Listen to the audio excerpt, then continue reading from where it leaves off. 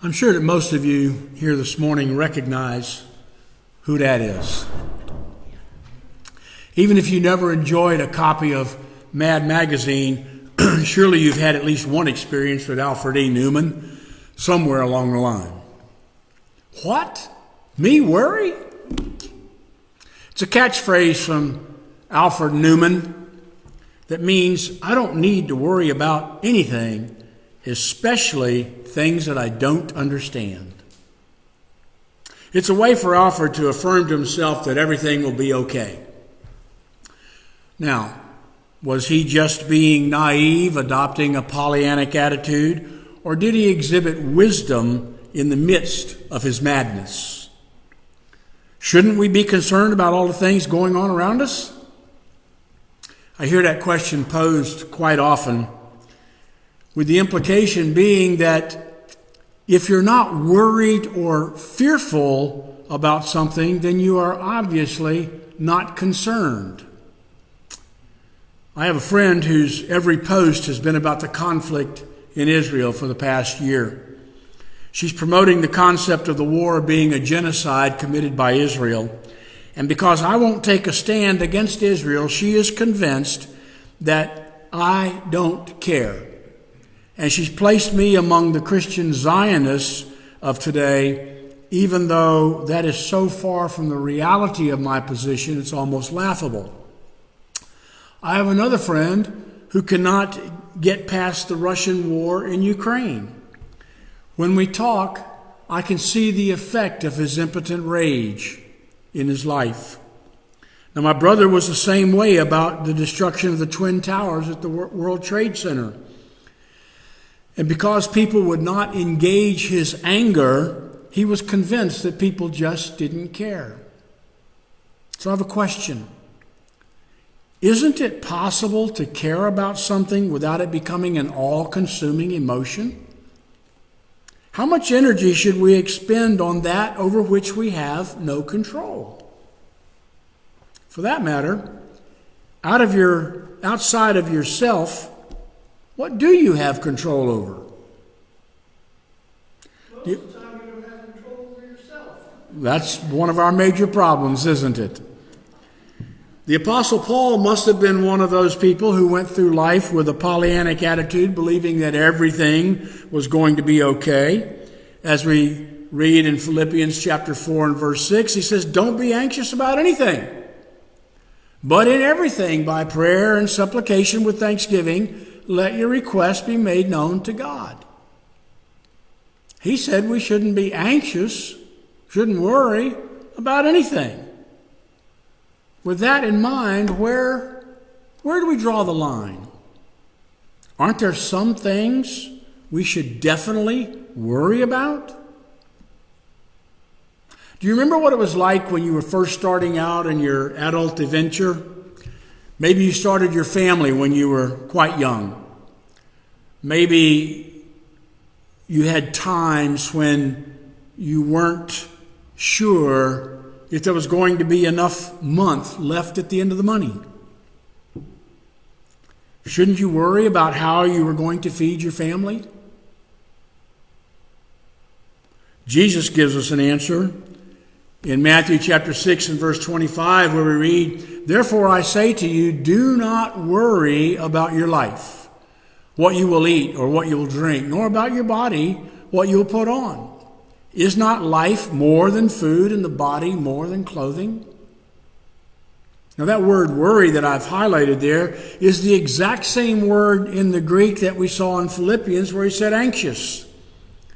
It's a compound word, and I like it. I like it when I read it in the Greek. It's merimnao, which has to do with the mind. And the best way to describe it in English is like a merry-go-round. That's what the word means. It's a merry-go-round. The mind is running around in circles. Isn't that your experience with worry, if you've ever been caught up in worry? You just go from one bad scenario to another until you eventually come back full circle and start all over again. Have you also noticed that worry is never about coming out on the good side, but always on the negative side? the bad side of what could possibly happen. It's kind of like, what if I don't get the job? We don't ever say, how cool will this be when I get the job? It's always on the negative. Worry is simply having faith in the negative. Yet, as Christians, we claim to have faith in the Lord. For most Christians, it seems that faith in the Lord only extends to our eternal destiny. And there's little faith exercised for the things in this realm, in this life. The lack of faith is more in line with our nature of trying to control things on our own. I know of a lady who is afraid she will never get to see her granddaughter again because the court gave custody to the father whom she dislikes tremendously. He refuses to go beyond the court's requirements of visitation privileges with the mother. In fact, many times he simply ignores the requirements and finds an excuse that the girl cannot come to visit. The grandmother has said, and I quote, "I'm afraid to give it to the Lord. What if I never get to see her again?" The implication of this thinking is that she needs to control things even though she knows the whole thing is out of her hands. It appears that in her mind, worry is more comfortable and beneficial than faith. When we learn and fully understand that most things in life are out of our control, we will find ourselves in the place of peace and rest that the Lord promised to those who would come to him. He said in Matthew chapter 11 and verse 28, "Come to me, all who labor and are heavy laden, and I will give you rest."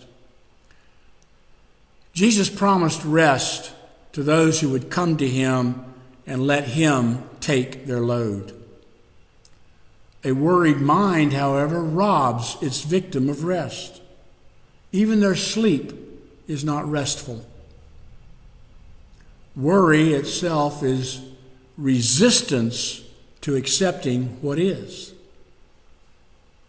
What is may not be what we want,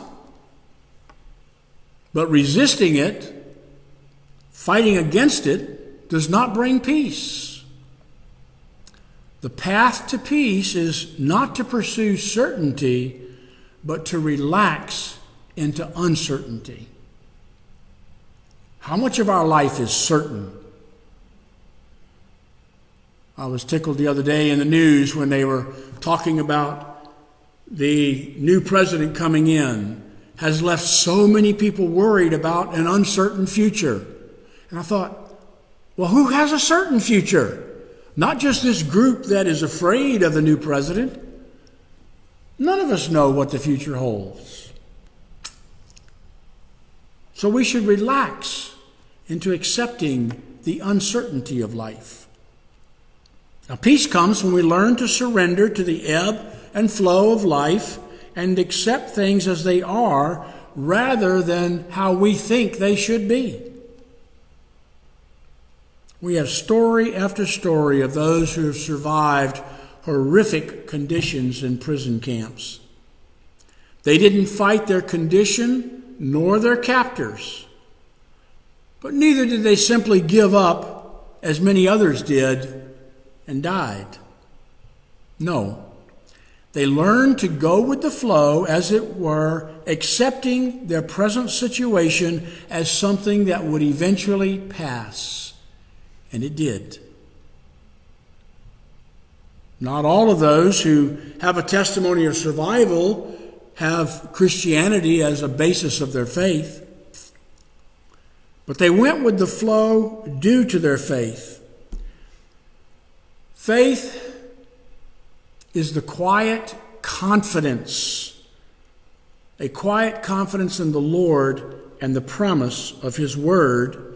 And one of those places we read in Romans 8 and verse 28, and we know that for those who love God, all things work together for good, for those who are the called according to his purpose. Do you know that yet? Do you know that all things work together for good? Have you seen in your life that in the midst of the bad, the negative, the scary, the worrisome, that when it's all said and done, oh, okay. But the next time something comes around, we go to our default position. Is it our worry and our fears and everything that made it work out good? No, because our worry came up with all sorts of scenarios that didn't happen. Learning from our past is key to having a better future in all things. We can look back over our life at the things we thought were absolutely horrible, yet see where those things brought us the good that we experience today. When that becomes a conscious, present reality, accepting things as they are becomes almost second nature. But please don't misunderstand. Acceptance doesn't mean we just give up. We want to give up worry as our default position, but we are not giving up and simply lying down, because we need to understand that anxiety is thought without control. When we realize that anxiety is just thinking running amok, then we will want to know about how to control those anxious thoughts. Most of us should have had enough experience by now to where at least we want to get rid of worry, even if we've not yet learned how. It's not a pleasant companion. I know that I've told you many times that thoughts are going to come whether you like it or not. A thought's going to enter your brain. But there is no law. There is no physical law, no scientific law, no spiritual law, no law of any kind requiring you to entertain those thoughts. It happens. When I say entertain them, I'm saying there's no need for you to begin thinking about whatever that thought was. That's where we make the mistake. We don't make the distinction between a thought and thinking. Thought is a noun. Thinking is the verb. Thought comes and thinking's what we do with it. It's not necessary. A thought is something that shows up for you. It shows up without your control. But there is no reason to begin mulling it over in your mind and start the merry-go-round of fruitless worry. Now, Paul not only said that we shouldn't be anxious, he also said there is a way to control that out-of-control thinking. In Philippians chapter 4 and verse 8, how many times have I gone here? Finally, brothers, whatever is true, whatever is honorable, whatever is just, whatever is pure, whatever is lovely, whatever is commendable, if there is any excellence, if there is anything worthy of praise, think on these things. You have the power of choice about your thinking. You can choose to think on the good things or the negative things. I was listening to a teaching on quantum physics, our brain, and spirituality this morning. And it's just amazing what science has proven to back up what Paul said. We now understand about the brain and all the things that go on inside. We don't understand all the brain, but we understand a lot of things about the brain.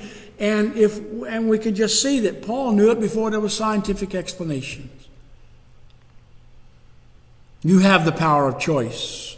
You can choose to think on the good things or the negative things.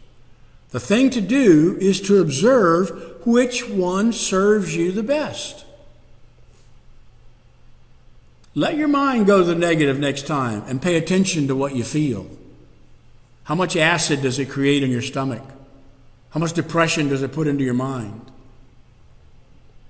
Does worry serve you in a way that advances your health, wealth, or relationships? If not,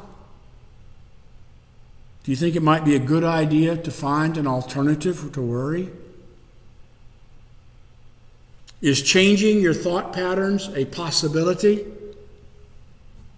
Definitely so. That's one of the things they're proving in the quantum world right now.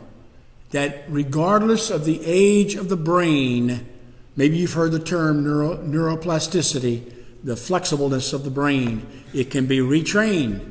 There's no reason that we have to stay in the way that we've always been.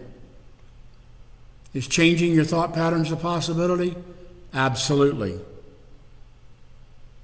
When would now be a good time to start changing the pattern? Think on these things. Amen.